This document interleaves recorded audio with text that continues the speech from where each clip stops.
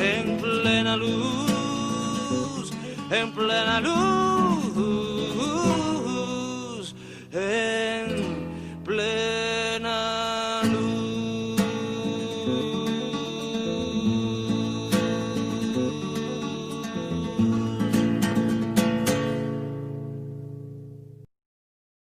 Un gusto saludarles y darles la bienvenida a este su espacio En Plena Luz por las ondas de Radio Magis.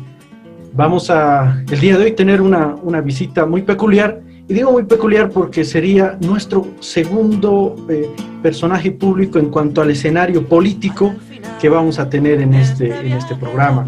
Hemos tenido una variedad y una diversidad impresionante, yo podría afirmar, de personas que han sido parte de este programa, de quienes hemos visto su lado personal, su lado privado, y de ahí hemos podido apreciar el servicio o el beneficio que le ofrecen a la colectividad. Porque si hay algo que no podemos perder de vista, es que si bien somos individuales, somos parte de un conglomerado social al cual nos debemos y al cual servimos. En la antigua Grecia se le llamaba idiotez a aquella persona que no le interesaban los asuntos públicos, es decir, que no le interesaba la colectividad. Es ahí que los griegos se van a esforzar muchísimo en tener reuniones, a las que denominaríamos más adelante las plazas, donde se debatían y se analizaban distintos temas que tenían que ver con la sociedad.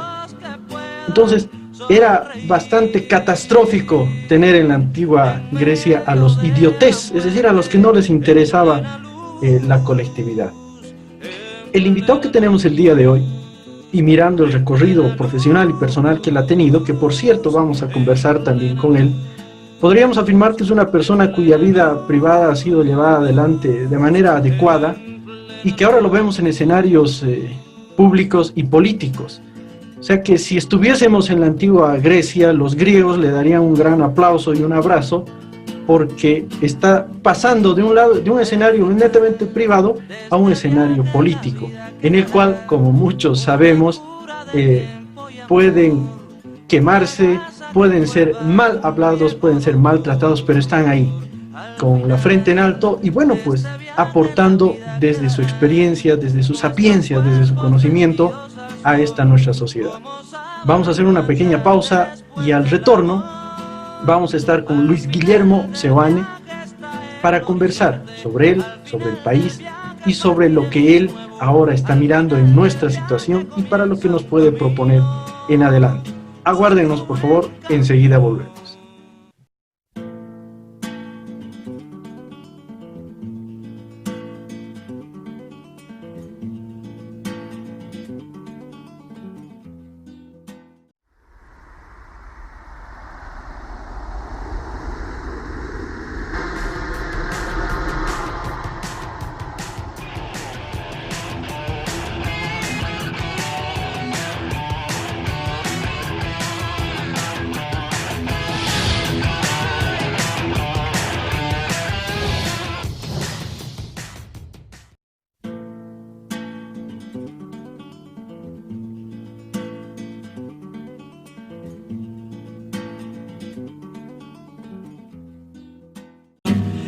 Seguir descalzos contando la arena. Al final del viaje estamos tú y yo intactos. Quedamos los que puedan sonreír en medio de la muerte, en plena luz, en plena luz. En plena luz, en plena luz, en plena luz, en plena luz, en plena luz, en plena luz, en plena luz. Gracias por permanecer con nosotros. Esto es En Plena Luz por las ondas de Radio Magis. Ustedes ya pueden ver en la pantalla, estamos con nuestro invitado, Luis Guillermo. Él es candidato para la primera senaturía por Comunidad Ciudadana, allá en Cochabamba, es médico cirujano de la Universidad Autónoma de México, la UNAM, tiene una maestría en salud pública, ha sido exdirector nacional de Recursos Humanos en Salud, expresidente del Centro de Estudiantes de Medicina en la UNSA y expresidente del comité organizador del 20º Congreso Universitario de la CV.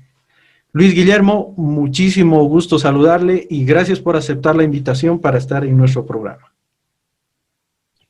Buenas tardes, Octavio, y un saludo para toda la audiencia de En Pleno Día.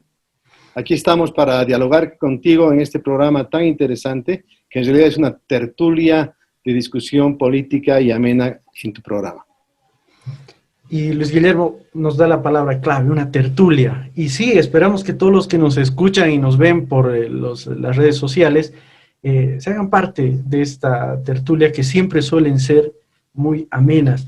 Luis Guillermo, bueno, si bien hemos leído acá un poco el resumen de lo que tiene que ver con toda tu trayectoria profesional, yo tengo que plantearte la pregunta que es la más importante de todas y que solamente tú podrías respondernos. ¿Quién es Luis Guillermo Seoane? Luis Guillermo Seoane es un ciudadano boliviano, un ciudadano de a pie de Bolivia, que sobre todo vibra con las necesidades más importantes del país. Como tú decías, yo salí médico cirujano y partero, le llaman en México. Ya. Después hice esa maestría en salud pública, también hice una maestría en políticas públicas y gestión en la Universidad Católica con el proyecto Harvard, y tuve varios diplomados, como un diplomado en sistemas locales y con habilidades de negociación. También fui parte de la academia. Durante 20 años fui profesor en la UNSA de pregrado y posgrado, y al mismo tiempo intervine en un sinnúmero de eventos nacionales e internacionales. También quiero decirte que has mencionado algo de la dirección universitaria. Como tú dices, fui ejecutivo del Centro de Estudiantes de Medicina, de la FUL, de la CUF, fui presidente de los docentes de San Andrés muchísimo tiempo, y trabajé además en muchísimas instituciones. En este momento soy miembro de la Sociedad Boliviana de Salud Pública y además soy académico de número de la Academia de Ciencias Boliviana de Medicina. He trabajado mucho tiempo en las ONGs, por eso conozco bastante el país. He trabajado en la provincia de Inquisibi, me la he recorrido con Save the Children, luego con un proyecto que se llamaba Cuidados de la Madre, aquí en Cochabamba, en La Paz y en Santa Cruz. Y además después he sido coordinador para América Latina de un proyecto muy grande que se llamaba Jon Snow. También he trabajado muchísimo con OPS OMS, SIDA, JICA, UNICEF, DFID, BID, Banco Mundial, y fui también presidente de la Asamblea de Asociados del Centro de Investigación y Estudios CIES por 5 años. He tenido un pase por las actividades públicas, pero también quiero decirte que he trabajado 12 años, que fue mi último trabajo, en la Organización Panamericana de la Salud, en varios países como Guyana, Venezuela, Aruba, Curazao, San Martín, Saba, Santo Eustaquio, y en el año 2016 decidí ya retornar al país. Quiero decirte que estoy muy contento de estar en este momento participando contigo. Desde hace 2 años que estoy trabajando con Carlos Mesa, con quien también trabajé tiempo atrás, y con el que estamos desarrollando y armando una propuesta nacional para hacer de Carlos Mesa presidente. Bueno, soy casado, por si acaso. Soy casado y hace más de 40 años, y ya acabo de ser abuelo, he tenido mi primer nieto, y viene el segundo en un par de semanas. Bueno, entonces sigue creciendo la familia, Luis Guillermo. Y bueno, Guillermo nos ha hecho un relato, creo que muy interesante respecto a la experiencia que él tiene. Y a ver, vamos a darnos unos pasitos atrás, y especialmente ahora que todo el tiempo andamos hablando del sistema sanitario, todo lo que tenga que ver salud. Luis Guillermo, ¿dónde nace esta vocación tuya respecto a la salud? Es decir, para ser miembro de esta comunidad sanitaria. Mira, nace pues fundamentalmente porque yo estudié medicina Y en la época en que estudiaba medicina, yo estaba dedicado además a las actividades universitarias. Era un organizador nato de los centros de estudiantes, de las decisiones universitarias, y en ese interín me tocó ver la realidad concreta, el día a día del enfermo y de lo que significa todo lo demás. Producto de aquello, cuando yo salí médico y tuve que decidir por una especialidad, me tocó la posibilidad de ir a la Escuela de Salud Pública de México, y no la dudé un minuto, porque para mí era imbricar ambas cosas, mi experiencia universitaria y mi experiencia política.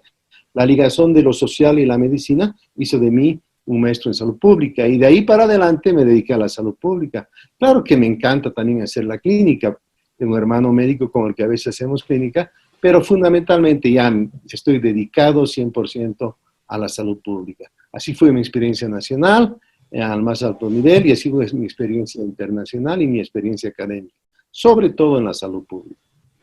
Si Guillermo o si Luis Guillermo volviera a nacer, ¿volvería a ser médico? Sí, definitivamente, porque yo diría que es una de las profesiones más humanas. Porque como yo siempre digo, el primer requisito para la libertad de los individuos es su salud. Y un médico, y peor si es salubrista, su papel fundamental es tratar de ayudar a que la gente pueda conseguir una cierta calidad de salud y de vida, y cuando se es en salud pública se refiere a sociedades, vale decir, a lugares donde hay gente organizadas para tener una mejor salud. Y yo estoy muy contento, he sido muy feliz con aquello. Tal vez me hubiera gustado también haber tenido una experiencia clínica tal vez en la parte de ginecobstetricia y pediatría, donde he tenido muchísima experiencia, pero no hice la especialidad, sino me dediqué más a la salud pública. Soy médico cirujano y luego hice 3 maestrías, como tú sabes, pero ya no me dio el tiempo para hacer una especialidad más. Pero, sin embargo, yo he trabajado en los programas materno-infantiles y de adolescentes por variados años, más de 20 años, y conozco a detalle y he armado los protocolos y los procedimientos y estándares de Bolivia, de Guyana, de Venezuela, entre otros países. ¿Y cómo es que un médico de reconocida trayectoria, un trabajo técnico impecable, preparado, es decir, decide ser parte de la política? Mira, yo creo que uno no hace política, sino la política se mete en uno. Yo tuve la suerte, diría yo, que cuando mi papá, cuando yo era joven o niño, mi papá tuvo que ir a trabajar a las minas y yo viví un periodo de mi tiempo en Catavi, siglo XX, que para mí fue un cambio muy importante porque vi una realidad diferente. Luego volví a la ciudad de La Paz y luego también estuve en Oruro y Cochabamba y pude, digamos, relacionarme con los bolivianos de a pie que charlamos todo el día. El deporte nacional es la política. Y yo me metí con todo ya antes de entrar a la universidad, a la política, y me interesaban los temas políticos. En mi familia es una familia muy politizada, donde en la sobremesa se tratan los temas económicos, sociales, políticos, y estuve acostumbrado a esas tertulias, diría yo también, familiares en la política. Intervine con mis hermanos, con mis cuñados, con algunos parientes en la política, no partidaria, pero en las políticas institucionales, en las políticas de salud, en las políticas universitarias, en las políticas de género, en un sinnúmero en políticas públicas, en armar políticas públicas, más que tener un partido donde uno vaya a militar en una célula. Con Carlos Mesa nos conocimos en la universidad, yo iba al Consejo Universitario por Medicina y él iba en ese entonces por Filosofía, y también ahí estaba Víctor Hugo Cárdenas, por cierto, que iba por Humanidades. Nos conocimos allá a comienzos de los años 74, y fue la época además de las dictaduras militares que mi generación se dio con todo para recuperar la democracia, y ahí terminé bastante. Estuve muy metido en el tema de la democracia, y bueno, después de eso ya se habló de una experiencia política con Carlos Mesa, y aquí estamos apoyándolo a Carlos, y sobre todo con él, construyendo voluntades comunes, porque tanto yo como alguna gente, por ejemplo Carlos Mesa, no vivimos de la política, no hemos necesitado de la política para sobrevivir, sino nosotros, como te digo, la política se nos ha metido en nosotros, y es una vocación política, social, que estamos dedicados a dedicar nuestro tiempo a la política y a la mejora de la sociedad. Hay algo muy importante que nos resalta Luis Guillermo, es esto de no vivir de la política, es decir, algo que siempre reclamamos, ¿no? Normalmente se ha metido en el modo de proceder boliviano el hacer carrera política, ¿no? Primero vas a ser concejal, luego diputado, luego senador, luego es decir, hay muchos políticos que se han vuelto profesionales de la política y viven a costa del Estado 20, 30 años. Entonces, bueno, los recambios de mentalidad son siempre muy importantes y las concepciones sobre todo. Vamos a hacer una pequeña pausa y al retorno conversaremos con Luis Guillermo con Luis Guillermo, el senador, el candidato a senador, para que nos dé, a partir, por supuesto, de su experiencia y de sus análisis, esta mirada de país, y bueno, pues para que vayamos mirando también las propuestas que nos ofrecen para Bolivia, para Cochabamba, y desde un cargo que sería la senaturía. Aguárdenos, volvemos enseguida.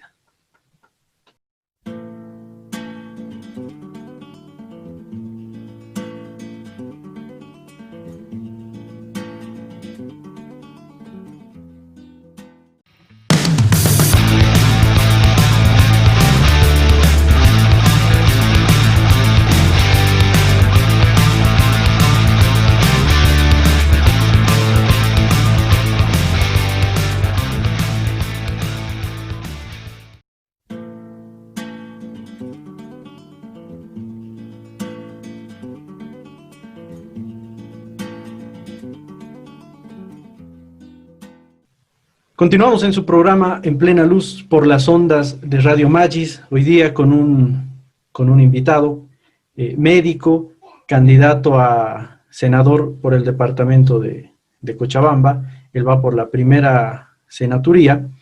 Él es Luis Guillermo Seoane. Ya nos ha ido platicando Luis Guillermo respecto a su recorrido profesional, a su vasta experiencia en el ámbito sanitario, pero ahora vamos a sacar provecho de Luis Guillermo político, Luis Guillermo el político. Ya nos ha comentado, bueno, pues su inclinación por la política de siempre, ¿no? Es decir, desde su propia formación, los espacios que ha ocupado y el modo especialmente en el que ha podido él mirar la vida y afrontar la misma. Bueno, pues esa vena política que sin duda muchos sí la tienen y es parte de su vida, más allá de que militen o no en algún partido político. Luis Guillermo, ¿por qué un médico para la senaturía? ¿Por qué le vendría bien al país tener un médico en un cargo legislativo y, bueno, en el caso específico, ¿no?, en una senaturía? El país ha puesto en la agenda política nacional el tema de la salud. El coronavirus y el COVID-19 han puesto al día el tema de que la salud en Bolivia no está funcionando bien. Yo creo que en este momento el rol que se puede jugar en el Parlamento nos va a permitir generar un acuerdo nacional para que el país pueda transformar su sistema de salud. Bueno, la pandemia pues ha cambiado el país, ha trastocado el país. Totalmente. Y es muy importante para los bolivianos 3 temas en este momento. En primer lugar, salud, para cómo salir de la pandemia y cómo mejorar el sistema. El segundo, el tema de la educación. Y el tercero, la lucha contra la corrupción y el problema económico en general. Entonces, como un médico que además tiene salud pública y que ha estado metido en la política, no va a poder tener, digamos, pretensiones que en el Parlamento se arme y se negocie, se concerte entre todos los bolivianos una nueva ley de salud que nos permita ir para adelante. No sé si sabes de los datos de la pandemia, que la gente se olvida fácilmente, porque de ahí parte, digamos, la urgencia de que transformemos la salud en el país. Lo que nos ha pasado ahora no nos había pasado casi nunca. Más de 5.000 muertos, 5.300 vamos a tener ya hoy día o más. Y bueno, al mismo tiempo tenemos un sinnúmero de problemas que enfrentar. Y cómo no, pues la salud, con medidas inmediatas que hay que cumplir y con medidas a mediano plazo que hay que cumplir. No sé si quieres que hablemos de eso o quieres alguna pregunta previa. No, claro que sí. Sigamos con eso, Luis Guillermo, por supuesto. Ya, lo primero que te quiero decir, digamos, por suerte ayer han habido solamente 601 y un poquito más de casos en el país, 661 creo que han sido, sí. Cochabamba estamos bajando, por suerte hemos tenido solo 84 casos. A nivel nacional ya estamos bordeando los 120.000 casos y en Cochabamba ya hemos pasado los 12.500. Nos aproximamos a los 13.000 casos de coronavirus positivos en Bolivia. ¿Qué te quiero decir por otro lado? Ayer, por suerte, bueno, en Cochabamba hemos tenido solamente 6 muertes de las 102 que está dando el país. Y hemos pasado el 100, o sea, 3 dígitos de muertes diarias en Bolivia. Y hemos pasado hasta este momento, desde marzo, 5.200 muertes en Bolivia. Y nosotros llegando casi a las 1.000 muertes en Cochabamba.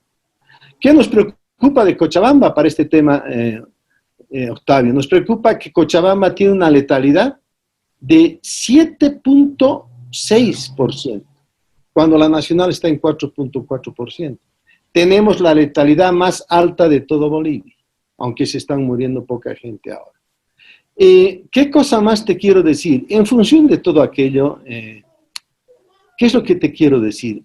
Por un lado, nuestro país necesita resolver los temas de la pandemia. Sí era fácil resolver los temas de la pandemia. El gobierno no ha tenido la capacidad, la oferta de servicios no ha tenido la capacidad de resolverla. Había que hacer pruebas a todos los casos y no se han hecho. Hemos hecho 250 pruebas por día por 1.000 habitantes, cuando Chile hace más de 5.000 por día y Alemania hacía más de 8.000 por día, en cualquier lugar, gratis además. Por otro lado, debemos detectar todos los casos.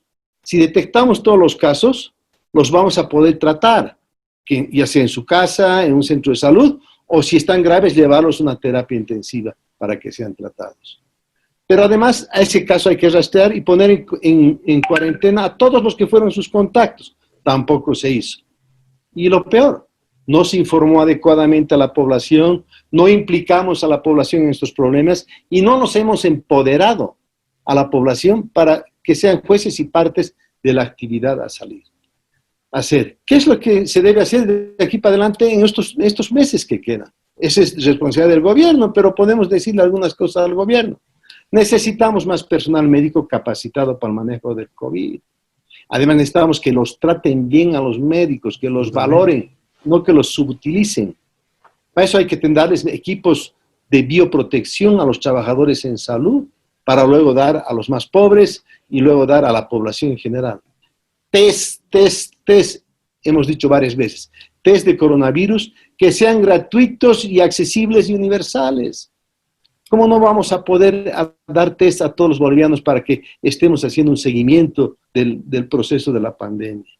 Y cuando llegue la vacuna, que va a llegar prontito, esperemos, vacunas contra el COVID-19 gratuitas para los bolivianos y que se dé acceso universal a estas vacunas, ¿a través de qué?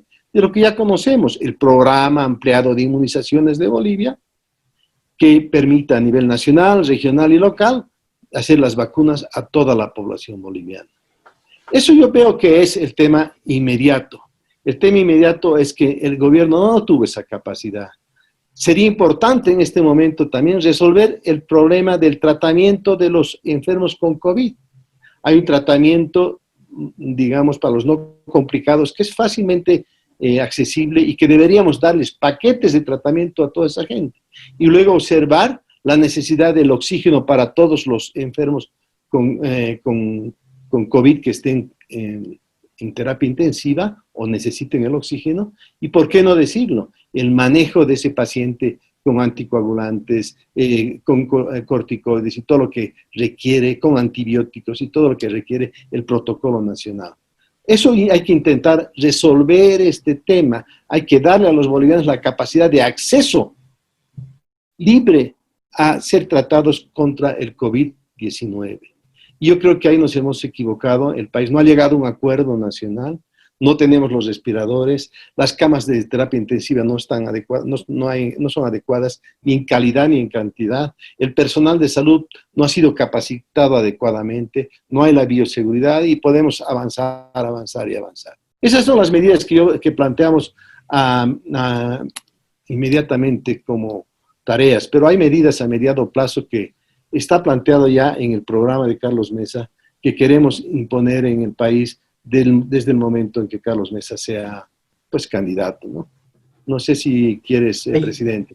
Hay un par de variables que nos ofrece Luis Guillermo y que son, creo que, fundamentales o fundamental resaltar para comprender estos números tremendos que hemos escuchado. Es decir, el tema de la información, por un lado, que realmente ha sido una deficiencia que hemos tenido en el país en todo este tiempo del coronavirus, es decir, no ha habido una información real. Y lo segundo, los datos, porque si bien existen datos, ni siquiera podríamos afirmar que son fiables, puede ser que sean mucho más los números, ¿no? Es decir, por cómo la gente ha ido manejando el tratamiento, inclusive de los cadáveres y todo eso, ¿no? Entonces, realmente creo que los 14 años han sido desastrosos para la institucionalidad, porque tampoco hemos contado con fuentes tan fidedignas, ¿no? Entonces, resulta ser doblemente alarmante. Y Luis Guillermo, a ver, así un poco jugando con esto de las posibilidades, puesto que Luis Guillermo nos dice, bueno, en caso de Carlos Mesa presidente haríamos esto, esto y esto. Bueno, por lo que nos muestra el panorama, tendríamos un Congreso variadito, ¿no? Es decir, tendríamos muchas fuerzas políticas debidamente repartidas. Y si a eso le añadimos lo que está aconteciendo ahora con Evo Morales, una posible postulación para la senaturía, a Luis Guillermo le tocaría, en el hipotético, ser senador junto con Evo Morales. ¿Qué representa o qué significa para Luis Guillermo Evo Morales en el Senado Nacional? ¿Y con quién en el hipotético? Por eso digo, ¿no? Una especie de juego. Le tocaría a Luis Guillermo sentarse y ser parte de la misma brigada parlamentaria. Bueno, yo creo que el panorama político va a ir para bien, porque en este momento hay un cogobierno, aunque parece enfrentado, pero hay un cogobierno. Por un lado, el MAS, que tiene el legislativo, con dos tercios en diputados y senadores, tiene el judicial, tiene parte del ejecutivo, como son el 50% por lo menos de las gobernaciones y más de 220 municipios, maneja las instituciones, y por otro lado, el gobierno de la señora Áñez, que tiene el ejecutivo. Entre ambos no se han hecho daño, además de algunas declaraciones por prensa. Sin embargo, no hay ningún preso del gobierno actual ni del MAS que estén siendo juzgados adecuadamente respecto al tema de la corrupción, por ejemplo. Ante esa disyuntiva queda claro que el tema de la centralidad política en la oposición la ha copado Carlos Mesa. Ya lo copó en la anterior elección, donde tuvimos la capacidad de enfrentarnos al movimiento al socialismo con Evo Morales a la cabeza, y si no hubiera sido el fraude, ganarle la elección. Después hicieron el fraude y no quisieron ir a la segunda vuelta porque sabía que les ganábamos también. Fruto de aquello, ya han venido los frentes políticos de la oposición y también del MAS, y nosotros en todas las encuestas estamos de segundos después del movimiento al socialismo y en la última empatados, y queda claro que la confrontación política nacional se va a dar entre Carlos Mesa y el señor Arce del MAS. Si esta es la realidad concreta, es posible pues que lo que venga para adelante sea un legislativo mucho más democrático, más plural. Nosotros, allá lo ha dicho Carlos Mesa, vamos a hacer una alianza de los partidos de la oposición en base a una agenda y un programa nacional para cambiar la correlación de fuerzas del Parlamento. Nunca más 2/3 del MAS, porque eso lleva a monopolios de la política que no deja la pluralidad ideológica y de discusión en el Parlamento Nacional. Allá vamos a intentar llegar a acuerdos importantes que permitan blindar las transformaciones nacionales y generar un nuevo ciclo político nacional. El Tribunal Supremo Electoral ha definido que, según la norma y la ley electoral, Evo Morales no puede ser candidato a senador. No puede ser por varias razones, pero principalmente porque ha hecho fraude en este país, y segundo, porque no está viviendo en este país el último año. Entonces está totalmente descartado que sea, porque si no, pues con toda razón, Manfred Reyes Villa, Mario Cosillo, todos quisieran ser también candidatos, y se les ha dicho que no pueden ser porque hay una ley electoral. Entonces no se puede hacer un transfugio. En segundo lugar, ya el tema de la justicia, donde los dos vocales han empatado, uno dijo sí y otro no, la ley no contempla que venga un dirimidor a resolver el tema, porque eso inhabilita inmediatamente el tema pertinente. Si aparece una suerte de ir contra la Constitución y contra las leyes bolivianas, inmediatamente Comunidad Ciudadana va a presentar una ponencia y un amparo poniendo en tela de juicio la candidatura si es que aparece de Evo Morales. Por eso no me puedo imaginar a Evo Morales en el Parlamento, y si estuviera Evo Morales en el Parlamento para hacer ciencia ficción, como tú dices, bueno, allá le vamos a decir las cosas malas que ha hecho y vamos a poner en tela de juicio todo su papel político y su gobierno. Porque en el caso de salud ya alcanza, ¿no? Semejante cantidad de plata, en canchita se gastó más de 4.500 millones de bolivianos y en salud solamente 700 millones. Mire esa diferencia. Al final, antes de irse, hizo el SUS que no sirvió para nada porque vino la cuarentena y nos dimos cuenta que no habían camas, no habían médicos, no habían medicamentos, no había redes de servicios, no habían protocolos, estándares, procedimientos, la rectoría del salud no funcionaba, la gobernanza no se daba, no había un modelo de atención, un modelo de gestión, no había financiamiento solidario y todo aquello que significó una burla para el país. Era una medida profundamente electoral. Pero además habló de construir 20 y tantos hospitales, pues mal ubicados, en lugares donde no hay población, y segundo, que se quedaron en los planos arquitectónicos, ¿dónde están los 20 y tantos hospitales? Creo que lo único que querían entregar era el de Montero y otro más, creo que el de la zona sur en Cochabamba. Pero en general, esos 20 y tantos hospitales no existen. Por consiguiente, hay muchas cosas que se pueden decir. Y el tema de la gran corrupción, el tema del manejo de la justicia, el tema del manejo, digamos, del tema de la violencia familiar y todos los otros temas que se lo acusa, tendrá que responder en algún momento don Evo Morales. Sin embargo, no quisiera entrar a ese detalle porque pienso que la legalidad, la normativa nacional no van a permitir que Evo Morales sea candidato. No puede ser. Entonces no nos podemos inventar la posibilidad de que Evo Morales sea senador de la República. Hay una línea que ha marcado Luis Guillermo y creo que es fundamental que la saquemos a flote y tiene que ver con los órganos de poder. Lastimosamente, creo que se nos ha venido una costumbre de creer que el órgano ejecutivo es el órgano poderoso, el que tiene, a decir de Pablo de Misaki, por ejemplo, que el legislativo es el patio trasero del ejecutivo, y que en el legislativo solamente van y levantan la mano a lo que propone el ejecutivo, que coyunturalmente le toca gobernar el país.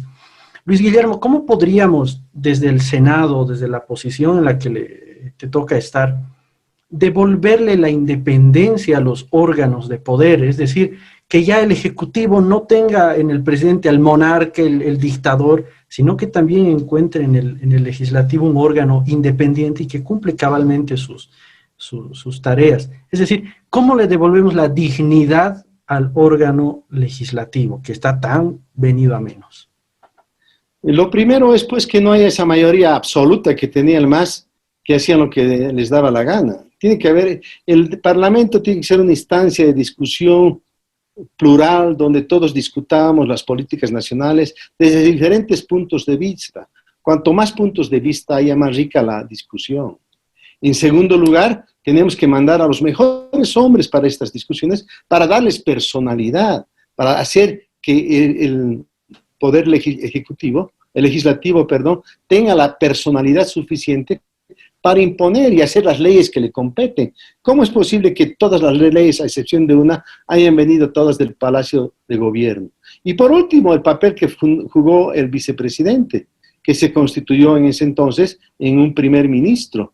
Era el que mandaba las órdenes al Parlamento. No tiene que ser así. El vicepresidente tiene que ser el presidente nato del Congreso Nacional, pero tiene que respetar las cámaras, tiene que respetar la institucionalidad del legislativo, tiene que respetar las comisiones, tiene que respetar los tiempos, tiene que ser absolutamente democrático. El país necesita una fase de gran institucionalización que debemos lograr, y no solamente en el legislativo, también en el judicial, también en el poder ejecutivo, y también pues en los temas de las autonomías y el tema de las regiones.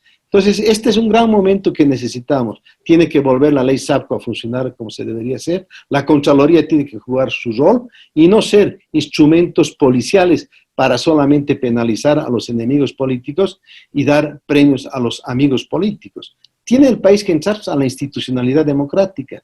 Hay que institucionalizar la democracia. Eso pasa por políticas públicas consensuadas, donde todos los bolivianos seamos capaces de construir. Y para eso tenemos algo fundamental, que es primero la gente. Vale decir, el monitoreo, la vigilancia de las regiones, de los niveles locales, de la población, de sus instituciones, para que el marcapaso de la política nacional, de la política pública nacional, sea la adecuada, donde estemos atentos los bolivianos y nos involucremos en la necesidad de que el país vaya por los rumbos que se han definido. Y para eso hay que hacer acuerdos nacionales, hay que blindar las cosas más importantes, y es la única manera de que el país va a vivir mejores días democráticos. Cuán importante lo que nos está diciendo Guillermo respecto a la institucionalidad democrática, es decir, en realidad no solo es devolver la dignidad al órgano legislativo, sino al país en su conjunto. Creo que ya hemos tenido demasiados políticos y necesitamos más técnicos en ciertos cargos, como muy bien nos ha ido señalando instituciones como la Contraloría, por ejemplo, ¿no? En uno de los programas de nuestra emisora, Blanco Negro, que es de análisis coyuntural, tuvimos a un invitado, un constitucionalista, el doctor Maimura Milán, y él lo que nos decía es que el próximo gobierno que venga, ese es el verdadero de transición, nos dice, ¿no? Porque es el que tendría que despojar todo lo que han significado los 14 años para encaminarnos a una Bolivia democrática, respetuosa de las normas del Estado de Derecho.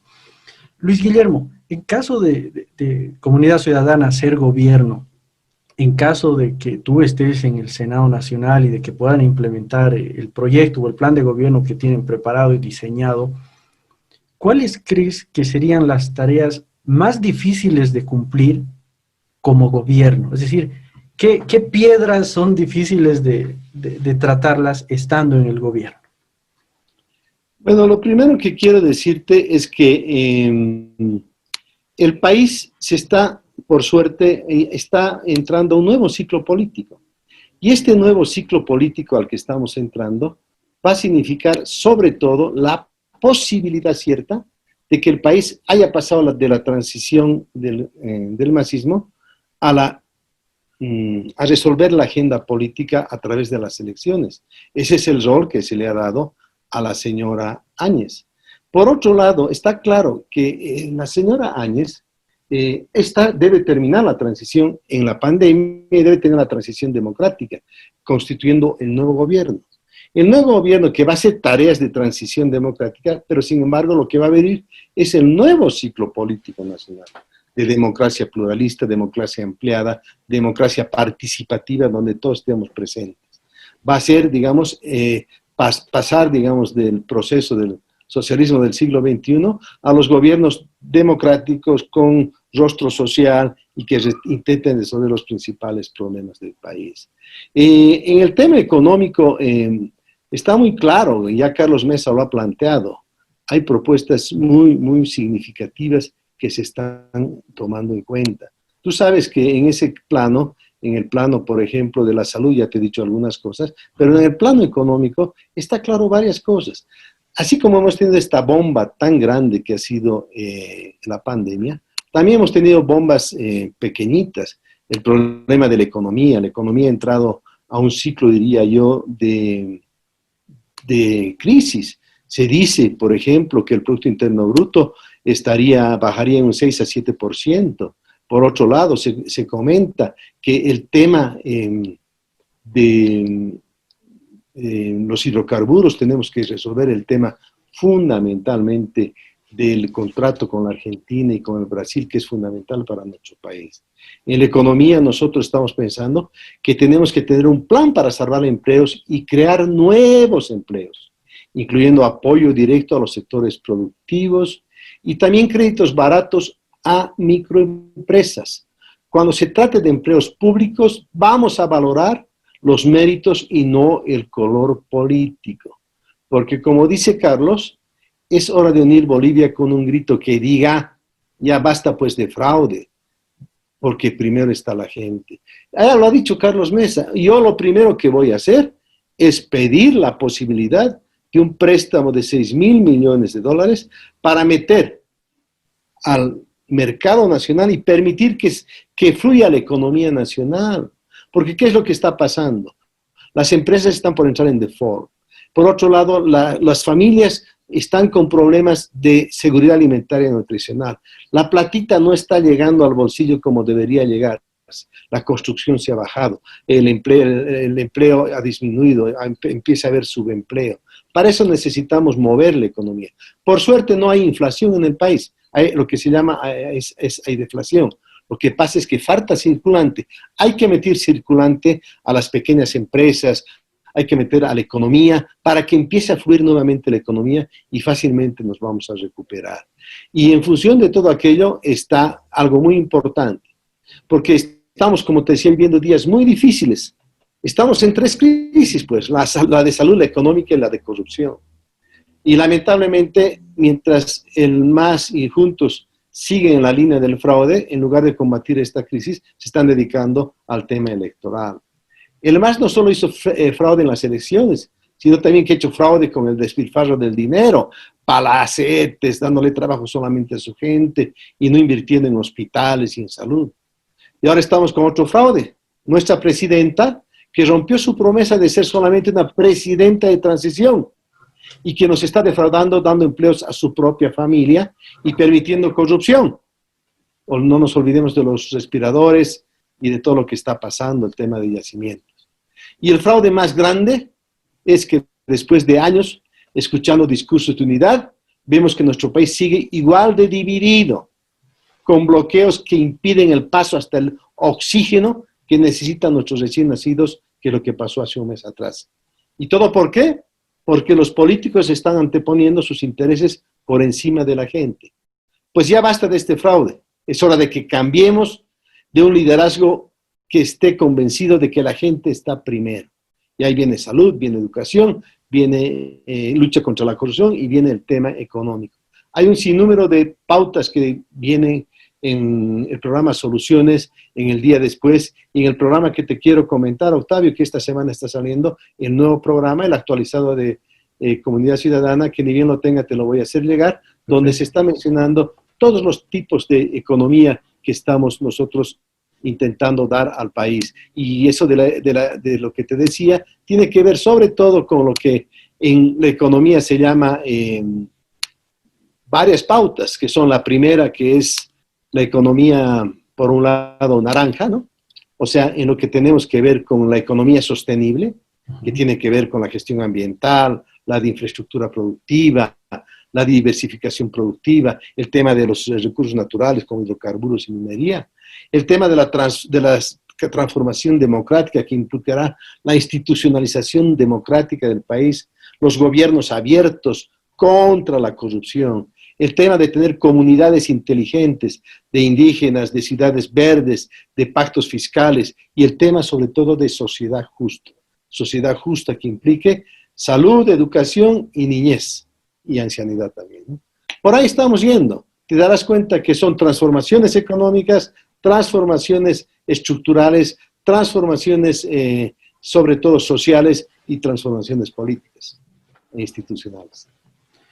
Y cuando Luis Guillermo nos va exponiendo estas ideas puntuales, claves, que yo creo que vamos a tener oportunidad en otros programas para ir detallando, ir mirando y cotejando con lo que podría darse, me quisiera animar a plantearle una pregunta a Luis Guillermo, tal vez dentro del mundo de lo ideal y de los sueños, pero yo creo que es importante tener siempre una mirada optimista hacia el futuro. ¿Cómo se imagina Luis Guillermo a nuestra Bolivia festejando el bicentenario, es decir, el 2025. ¿Cuál sería el escenario ideal para Luis Guillermo?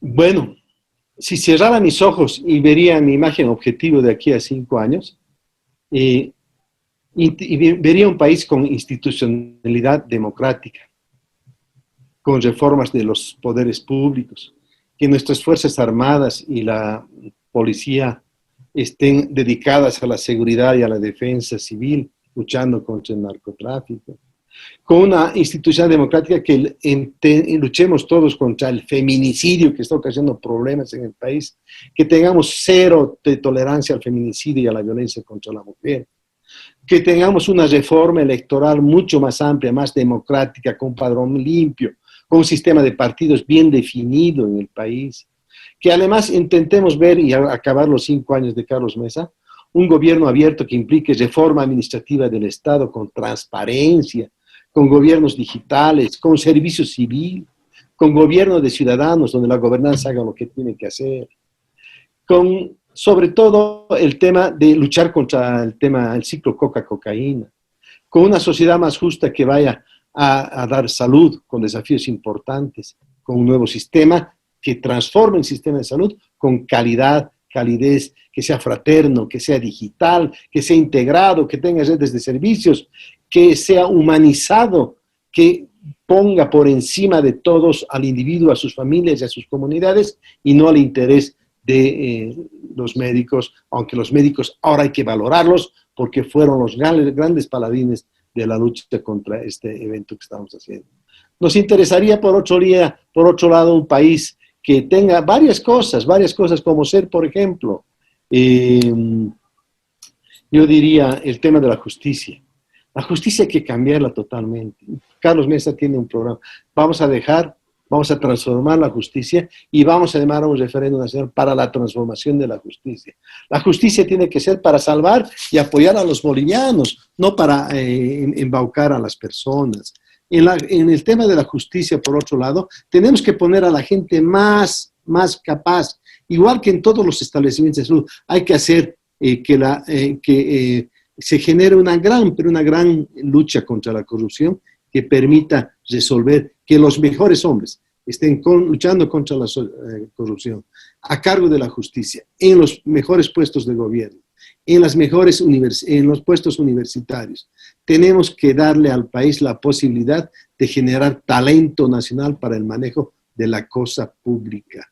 Y así, en el tema de las comunidades inteligentes, los territorios inteligentes, se acabó el meterse así nomás al TIBNIS. Tenemos que tener territorios inteligentes que preserven los recursos naturales, que preserven la cultura nacional, que preserven a nuestros indígenas, con ciudades verdes, con un pacto fiscal adecuado, donde todos tengamos deberes y obligaciones que cumplir. Y bueno, y en eso implica un país donde ojalá se encuentren más hidrocarburos y más gas, y que el litio empiece a funcionar para la transformación productiva, la diversificación productiva. Tenemos que ganar el gran software nacional en todas las ciudades, y Cochabamba, con Jalasov y otras, podemos generar un lugar fundamental del software nacional. La infraestructura productiva, el tema de la gestión ambiental. Es el momento de preservar el medio ambiente, pero volverlo y adecuarlo para la mejora de la calidad de vida de los bolivianos. Y así, cruzando con género, con interculturalidad, con resolver los temas de acceso de la población a servicios, y país que tenga y resuelva el tema de las inequidades. Bueno, y podemos seguir hablando. Así lo veo al país. Democrático, lindo, donde todos, niños, madres, ancianos y bolivianos, estemos felices, sonriendo y diciendo, no hemos hecho todo, pero sí creo que me huele que por ahí debe ir el desarrollo nacional. Porque, como yo digo, para todo eso hay algo fundamental y central. Primero está la gente. Es el momento de pensar en la gente. ¿Cuántos temas irresueltos han salido solamente en esa pregunta y en la intervención de Luis Guillermo? Lastimosamente el tiempo nos juega en contra, pero hay que tener en cuenta cada uno de estos detalles que nos ha ido pasando Luis Guillermo, Y bueno, enaltecer probablemente eso es lo que nos está señalando, ¿no? Primero la gente, ¿no? Este sentimiento de bolivianidad que tiene que primar ante todo. Y me encanta el optimismo con el cual Luis Guillermo mira el bicentenario de la fundación de nuestra república, porque si no miramos adelante, entonces nuestro presente va a ser muy improvisado. En cambio, cuando tenemos miradas a futuro, nuestro presente y cada paso que damos tiene y cobra sentido. Si no, nos desviamos por ahí entre las improvisaciones y bueno, pues ahí surgirán actos de corrupción y demás. Hemos estado con Luis Guillermo Seoane, él es candidato para la primera senaturía por Cochabamba, por Comunidad Ciudadana, con quien, bueno, hemos empezado a tocar ya temas con los cuales vamos a ir profundizando poco a poco en este espacio y con los diferentes entrevistados e invitados que tengamos. Luis Guillermo, tu despedida, por favor. Bueno, primero saludar a todos los cochabambinos y en esta lógica de los 5 años, me encantaría una Cochabamba que tengamos agua no solamente para beber, sino para la agroindustria, para la agricultura, que volvamos a ser Cochabamba el granero de Bolivia, que además el tema de los minerales y hidrocarburos empiecen a dar, que tengamos en Cochabamba el centro nacional que sea el paso del desarrollo nacional, todo debe pasar por Cochabamba, así debemos ver, porque los cochabambinos no solamente hemos tenido las heroínas de la coronilla, hemos tenido, diría yo, lo más lúcido de la política boliviana en el siglo XX y en el siglo XIX. Si no, habría que dar muchísimos nombres, ¿no? que no quisiera dar. Entonces, los cochabambinos nos tenemos que poner de a pie. Yo soy un cochabambino, nacido en el barrio de Calacara, en lo que se llamaba el Escudaño, en la década de los 50, ahí nací. Entonces, me considero parte, digamos, de esta tradición y esta vocación de personas proactivas, en positivo, que queremos construir una visión regional de lo que es el país, pero queremos también ver que el país nos vea a la región como un punto de encuentro, un punto de acuerdo y de consensos nacionales que permitan darle gobernabilidad a algo que el país está reclamando, días mejores para sus ciudadanos. Yo te agradezco, Octavio, por esta hermosa entrevista. Me parece que tus preguntas han sido muy inteligentes y estoy dispuesto cuando tú quieras que volvamos a repetir. Nosotros los agradecidos con Luis Guillermo y bueno, especialmente con las perspectivas y con el cariño que se le tiene a nuestro país.